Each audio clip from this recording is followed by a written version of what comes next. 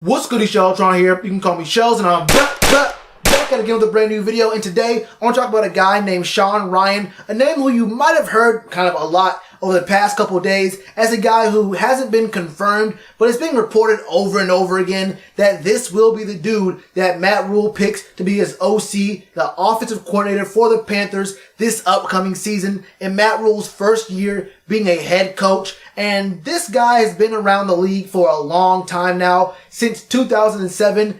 And I know I got this wrong last time talking about Matt Rhule, but I'm 100% right this time. This guy has Super Bowl caliber on his resume. He has 2 rings, both with the Giants. So it's like a little bit of connection there between him and Matt Rhule. They weren't exactly together for all that long because obviously Matt Rhule was only there for 1 year, 1 season as an assistant O-line coach.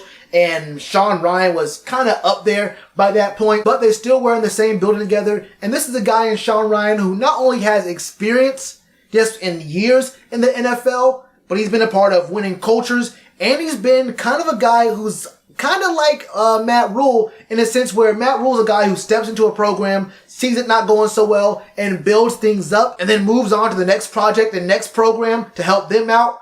Deshaun Watson's a guy who sees young, raw talent, helps them out, helps them grow, and then moves on to the next raw talent guy to become a Pro Bowler, to become basically one of the top names at their position in the league. Deshaun Watson has that pedigree, and this is actually a very, very interesting and a very impressive potential hire for the Panthers if Matt Rhule does go with this guy, Deshaun Watson. But who is he? This guy spent a long time with the Giants. He was there from 2007 to 2015, so that obviously covers both of those Super Bowl runs the Giants had. And honestly, early on in his career, he wasn't really doing all that much. From 2007 to 2010, he was a quality control guy, which is basically a gopher. You're running stats. You're doing like all the assistant work. You're not really a part of much. Like, it's like working the mailroom at SNL before you became like an actual cast member.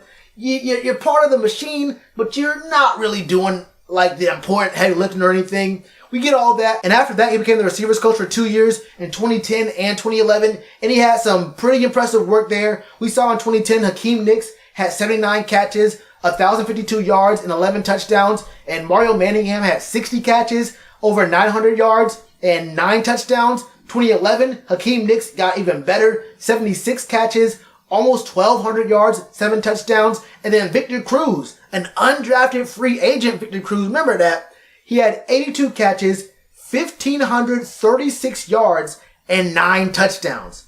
This is a dude who comes in and can really get guys going. Victor Cruz at one point was one of the biggest things in football. He had that 1 year that was really, really great. You saw a bunch of Victor Cruz commercials and kind of fell off after that. But that was after this man, Deshaun Watson, had already gone to become the quarterback coach of the Giants. He was there from 2012 to 2014. Now look, I'm going to give you all the stats and whatnot for Eli Manning because no one's here to hear about Eli Manning's stats. He was a quarterback coach, but you got to understand what you're working with. So you're working with Eli Manning, but 2012 was the first year that Matt Rhule was there, the first and last year Matt Rhule was there. And I got to have some sort of assumption that O-line coaches and the quarterback coaches have some sort of working relationship. So they may have known each other in some capacity. Then Ben McAdoo gets hired and he takes over all that stuff. So in 2014 and 15, Deshaun Watson goes back to being the receivers coach. And what does he do in 14? He gets a rookie OBJ who shatters all of those records the Giants have for rookie receivers. 91 catches, 1,300 yards, 12 touchdowns, a Pro Bowl, and an AP Offensive Rookie of the Year in his first year there. But don't forget that Rueben Randle. Rueben Randle had 71 catches for 938 yards and 3 touchdowns. Everyone forgets about how good of a year the second best receiver on that team did. OBJ was great. But it wasn't like they had just OBJ and nothing else going on there. Then his second year, 2015, OBJ gets even better. 96 catches, 1,450 yards, and 13 touchdowns. Another Pro Bowl nomination he gets there. And Rueben Randle still does pretty good. He has 57 catches, 797 yards, and 8 touchdowns. So his yards go down, his catches go down, but he gets 5 more touchdowns. This dude does not just handle, the big talent that you already know is going to be great. We knew that OBJ was going to be great after that catch and what he was doing all year long. But a name you forget about in Rueben Randle also had 2 straight those are great years. We're not going to get it twisted and call those first team all-pro kind of numbers, but look, Ruben Randle going from 938 yards and 3 touchdowns to 797 and 8 touchdowns. That's pretty great work there. Even if you were to ignore how great OBJ was in his first 2 years in the NFL. So this guy, Sean Rhyan, can give guys some focus. Even if you have high talent, he can make you even better. But after 9 years and 2 Lombardis with the Giants, Sean Rhyan decided to take his talents to Houston, where he was there from 2016 to 2018. His first year there in 2016, he was the wide receivers coach. And there's a guy by the name of, what's his name?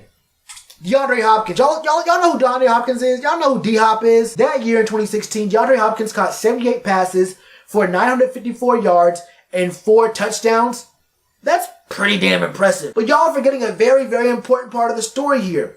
What happened the year before 2016? The year before 2016 was 2015, when we went to the playoffs, made the Super Bowl, and lost to the Broncos. And who was the quarterback of that Broncos team? You think of Peyton Manning. But no, Peyton Manning was a guy they brought back in for the playoffs so he could have a really, I guess, somewhat, sort of respectable last hurrah while the defense carried him. No, the quarterback of that Broncos team that year was Brock Osweiler. Peyton Manning was playing so bad, he got benched for Brock Osweiler during the 2015 season. And y'all know how the story goes after that. The Texans offered this man, Brock Osweiler, the bag. A big bag. I'm talking really big rings. And that was the guy who was throwing to DeAndre Hopkins, who Sean Rhyan was working with. You tell me, are those numbers impressive when you have Brock Osweiler throwing your receivers the ball?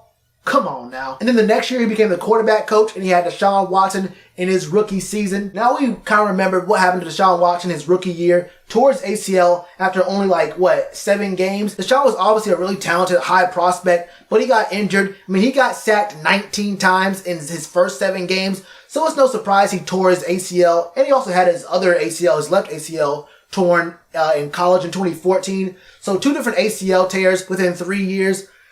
And then he had, who was it? It was Tom Savage and TJ Yates after that. We're not going to speak on those numbers from those guys. Look, ain't no one out here can make those guys look good. So let's go ahead and do the smart thing and skip over all that. Go to 2018, Deshaun Watson's numbers. Then he was throwing 68%, 4,165 yards, 26 touchdowns, 9 interceptions, and they were 11-5 when he was healthy the full season. That was pretty damn good. I can't lie to you. And he did all that, had all that production behind a terrible, horrible O-line where he got sacked 62 times that year. And Sean Rhyan was so impressive on his job that even Bill O'Brien, who's the head coach of the Texans, who came from the Bill Belichick coaching tree, he even said, quote, "I think Sean is destined to be a coordinator in this league. He's a very bright guy, is quick on his feet, and works his butt off. Players respect him, so yeah, I can see him doing that, calling plays down the road." Now, that is an important point to make here. First of all, why did Bill O'Brien say he had a future as a coordinator? Couldn't he say that he could probably be a head coach at some point? Give him a little bit of credit. You got to boost him up a little bit. He was working that hard for you, did that kind of work with Deshaun Watson for you. But either way, calling plays, being a coordinator, that makes sense. And that's a point I want to talk about here a little bit because I've seen on Twitter and on Reddit and other places, people talking about, well, what is Matt Rhule going to do? What will Matt Rhule do for the offense this upcoming season? What is his scheme going to be? You have to remember that Matt Rhule is kind of a defensive guy, and he hasn't called any plays in 10 years. I mentioned an article in my first video talking about Matt Rhule and him running the spread RPO. There's a quote right here on your screen, right here, an excerpt from that article. It talks about how Matt Rhule ran RPO, but didn't like running RPO, and only ran the RPO because it was the college system that dictated you ran RPO. But it also mentions, like I just said earlier, that he hasn't actually run an offense for almost a decade. There is no reason to believe a defensive-minded guy who hasn't run an offense in over 10 years and in his last job at Baylor where he had final say over what the offense was going to be based around, he did not actually like or prefer to run that offense that he did. I don't think we're going to see this man Matt Rhule calling plays, and we don't have any real indication on how Sean Ryan's going to be calling plays, so it's a huge mystery to me and to, I think, every single Panthers fan what the offense is going to look like, I don't know if Matt Rhule is going to just say, this is my team now. I haven't called an offensive play in over a decade. Let me go ahead and start calling offensive plays. In my first year as an NFL head coach, I think he's probably going to delegate that to Sean Ryan, who's been in the NFL for the past 14 years. I might be wrong about that, but I very highly doubt it. I don't see us running exactly what Baylor was running over the past few years. But moving on here, just this past year in 2019, he was the QB coach for Matt Stafford, and Matt Stafford got hurt after only 8 games. But people forget this. Matt Stafford and the Lions weren't doing that good, but Matt Stafford's stats through 8 games was 64% completion rate, 2,500 yards, 19 touchdowns, and 5 interceptions. And that's exactly half the year. So if you want to, assume the pace he was going to be on, it was 5,000 yards, 38 touchdowns, 10 interceptions. Now it probably would have been a little less than that in all those stats. But, conceivably through 8 games, if those were his stats, he was on pace for a very great year if he was going to be healthy throughout the whole season. Now, I don't know how that would have gone with the wins and losses, but either way, after that, he had to deal with David Blau and Jeff Driscoll. Neither one of those guys are all that great. They're not good at all, honestly. But let's not forget that on Thanksgiving Day, with David Blau in his very first start, Thanksgiving Day, very first start, a guy no one's ever even heard of.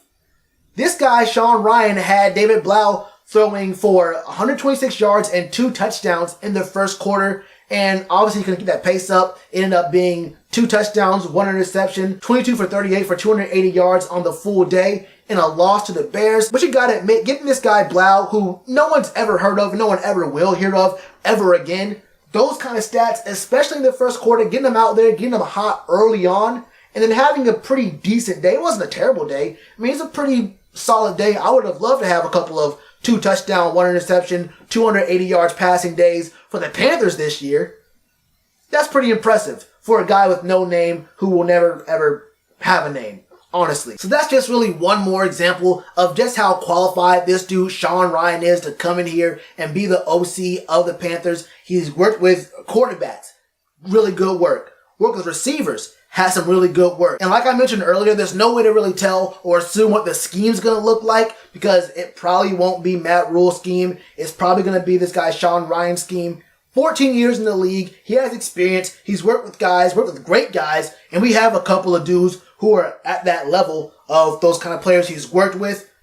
I have a lot of confidence. I have a lot of faith in this pickup. If this is the guy that Matt Rhule wants to go with, you can probably make a very safe assumption that this is the guy that Matt Rhule is going to want to go with because it was reported even last year when the Jets were trying to find a new head coach, they're looking at Matt Rhule, and it was reported that Matt Rhule was saying, I want Sean Ryan to come on my staff as my OC. I think Sean Ryan is not only experienced enough, he not only has the Super Bowl pedigree, 2 rings, he not only has the individual player resume with OBJ, Mario Manningham, Victor Cruz, Deshaun Watson, and Matt Stafford having a pretty good first half of the season last year. I'm missing names right now. There's Ruben Randall, who I forgot about already.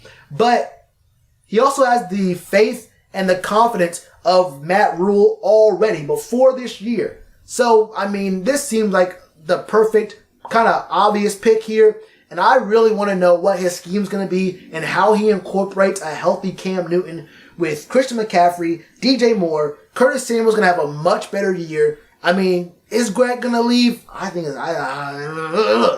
know about that. But Ian Thomas should be a bigger part of this offense. If he's given an offensive line to work with this year, I think Sean Ryan could make this one of the most exciting offenses in the league. Maybe not the top 1 or 2, because the Chiefs and the Ravens going to have some, they're going to have some, but I think we can be up there in the top 5 for exciting offenses. We have a lot of guys who are dynamic, a lot of guys who can do a lot of different things, and a lot of young guys looking and wanting to prove themselves even further. So that's my thoughts on Sean Ryan. He seems like the obvious pick, the guy who's going to get picked, but that's how I feel about it. What are your thoughts on Sean Ryan? Do you like him? Do you not like him? What do you know about him? Do you think Matt Rhule's going to call the offense? Do you think that this guy, Sean Ryan's calling the offense? And what do you think the offense is going to look like under Sean Ryan? Let me know all your thoughts in the comments below. And you already know to do with that like button. Cheers to you, appreciate the chance. Been told y'all I been the man. Been told y'all I had the gift. Tell a friend to tell a friend. Real ones gonna recommend.